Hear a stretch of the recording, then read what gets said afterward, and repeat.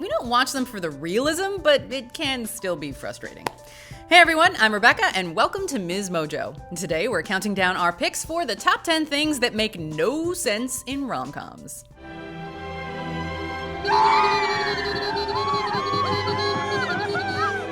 That means we're taking a look at the most unrealistic things that commonly happen in romantic movies. Let's see. Number 10. People fall in love in no time. In real life, falling in love takes time. You meet someone, maybe go on a few dates, or maybe just message a bunch online, and slowly you come to realize that you can imagine having them in your life in a serious way. You sing to one. It's nice to meet you. Smile that cheers you. In romantic comedies, however, and romance movies in general, people seem to fall head over heels without any substance to their relationships whatsoever.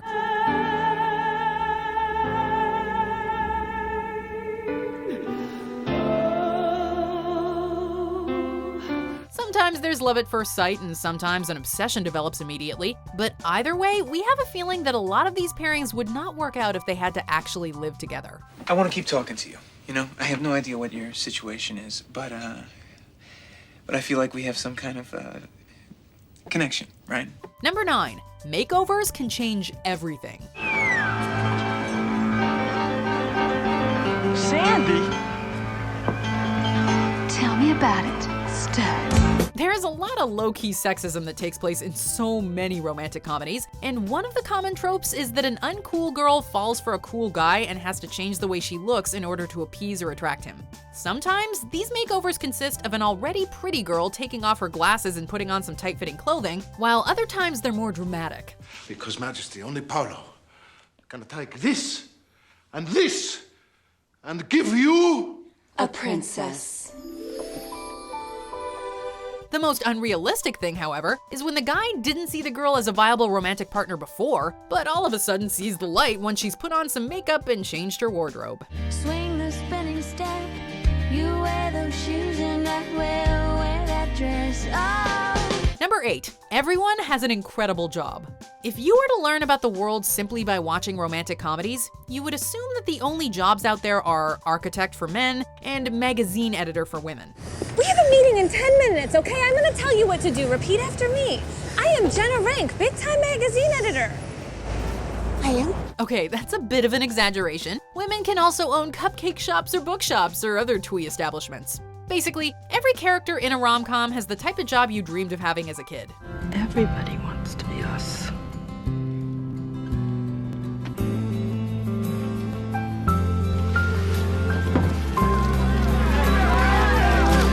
Where are the executive assistants and coders and food service workers?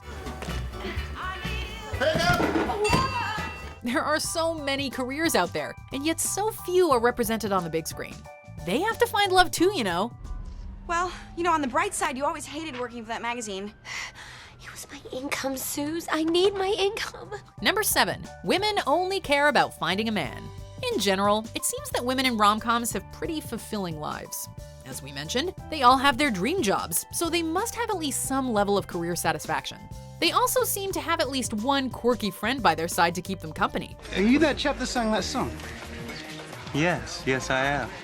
Tom, 80s pop icon who only wrote one hit record, then retired because he found that one record was quite enough to get him laid for the whole of the 90s. Lots of these women are basically killing it, and yet their one and only focus is finding and keeping a man. How's your love life? Super. Thanks, Uncle G. Still no fella then, eh? I don't know. Few career girls can't put it off forever, you know. Tick-tock, tick-tock. They fall apart when it doesn't work out, and easily forget all the other awesome things they have going for them. In reality, especially today, these women probably would not be putting all their energy into finding romantic relationships. I said to myself, you deserve more than this. You're 31 years old. And the clock is ticking. No, the clock doesn't really start to tick until you're 36. God, you're in such great shape. Number 6. Simple misunderstandings lead to disaster. That's not true. Really? The entire British press got up this morning and thought, I know where Anna Scott is. She's in that house with the blue door in Notting Hill. In real life, couples are in pretty much constant communication. So if something goes wrong or something doesn't add up, they simply talk about it. A commonly used plot device in romantic comedies, however, is for the two romantic leads to have some sort of grand misunderstanding that leads to them fighting or even breaking up over something that wasn't even a real issue to begin with. Robbie and I are so pleased you could come to our wedding.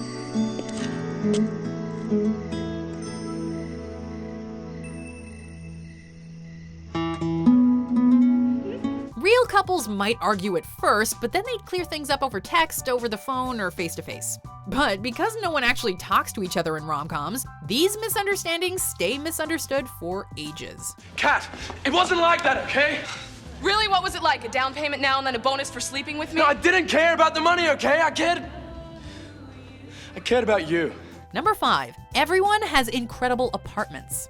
Despite the fact that both men and women in romantic comedies typically live alone, they seem able to afford amazing and huge apartments in major US cities, namely New York. Look, we know how much magazine writers make, and believe us when we say it is not enough to afford a charming loft in Manhattan. This is so tiny and cute. I love it. It feels so good to be home. 6 months away feels like forever. We get it. Realistic apartments aren't beautiful and spacious, and they don't have incredible natural light, so it would be a lot less fun to see events take place in them in the movies. Wait a minute. Oh, yeah. Yeah? That's it. But we can't say this didn't give us totally unrealistic expectations of what our lives would look like if we packed up and moved to the big city with zero savings. You know, if you don't start taking this job more seriously, you're fired from using my apartment. Where's my coffee pot? I broke it. Number 4, the couple initially hates each other. In the real world, if you meet someone who treats you like trash and seems like a total jerk, odds are they will always treat you like trash, and they are in fact a total jerk. Mother, I do not need a blind date, particularly not with some verbally incontinent spinster who smokes like a chimney, drinks like a fish, and dresses like her mother. In rom-coms, however, when you see two people meet and instantly despise one another, you can assume that they're gonna be the ones getting together in the end. Do you even know my name, Screwboy? I know a lot more than you think. Doubtful. Very doubtful. This can be a pretty damaging message to push, encouraging people to accept cruel or rude behavior because it must mean the other person likes them, or that they just have chemistry. You wanna dance with me? No. Why not? Because I don't want to. Noah? She's with us. Hey, Alec, you wanna ride the Ferris wheel? I'd love to. All right. Number 3, people run through the airport. Of course, the creators of romantic comedies try to make them as compelling and dramatic as possible, so having a declaration of love happen at the local bodega or on the character's living room sofa isn't nearly as exciting as having it take place in, let's say, an airport. Ever consider Stanford?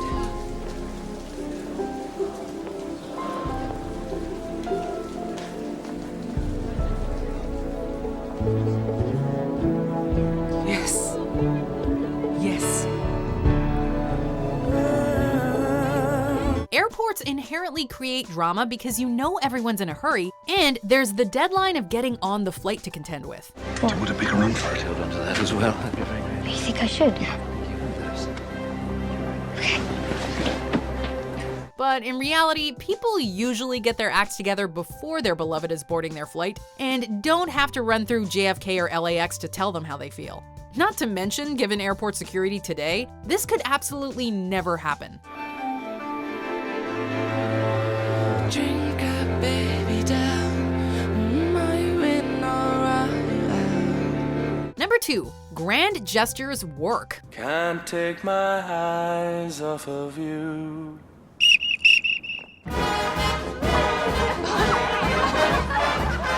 Whether it's to get the girl in the first place or win her back after you've messed up, dudes in rom-coms love employing the grand romantic gesture. It usually takes place in front of a crowd and is pretty objectively embarrassing, especially if the lady in question isn't one for being the center of attention. Bonita Aurelia, eu vir aqui para te pedir para casar comigo. We'd guess that a lot of people wouldn't actually appreciate such a flashy and public declaration of love, preferring instead to simply be told in private. He restored the old house where they had come that night. Allie would find a way to come back to her. Some called it a labor of love. Others called it something else. Sure, some people may want the world to know about their love, but we're guessing this doesn't happen all that often in the real world. So, I do believe in love at first sight, but it's probably because I've seen too many rom-coms. Yay. However, that's relatively harmless compared to our number 1 entry, which is both really ridiculous and also super problematic. Fun!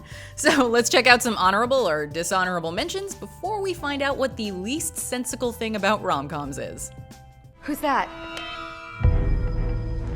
Working undercover? Well, it's a full-service job. I'll bet. I can see by your gown that you're unarmed. It wasn't over. It still isn't over. Lizzie, who are you going to believe? This boy you are knowing your whole life? Or this boy you are just meeting who says, you shine with the light from the sun? Well, Ethan goes on looking cute forever and stripping his 24-year-old receptionist. Oh my God. See what I mean? I need a vacation. Michelle, what have you got? I'm sorry, Lana, I wasn't feeling very well. She got dumped. Oh, no, Michelle. What a hellish ordeal for you. But I must say, you are looking fabulous. Before we continue, be sure to subscribe to our channel and ring the bell to get notified about our latest videos. You have the option to be notified for occasional videos or all of them. If you're on your phone, make sure you go into your settings and switch on notifications. Number 1, men pursue women who aren't into them, and it's charming. In the real world, if a man approaches a woman to express his interest and she politely declines, that should be the end of the story. Well, will you go out with me? What? No! No? No!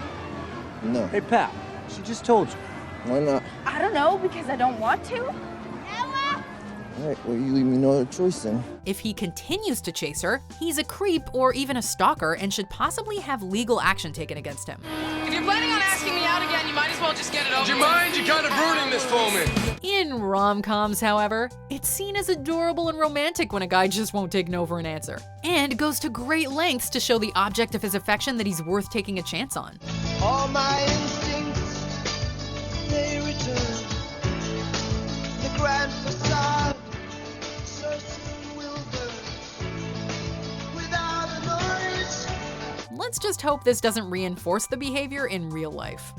So, have you ever done a grand romantic gesture or had one done to you? I really actually genuinely want to hear these stories. So let us know in the comments or come talk to me on Twitter or Instagram at Rebecca Brayton. And also watch this other video, but remember, just because it buys you dinner does not mean you owe it anything.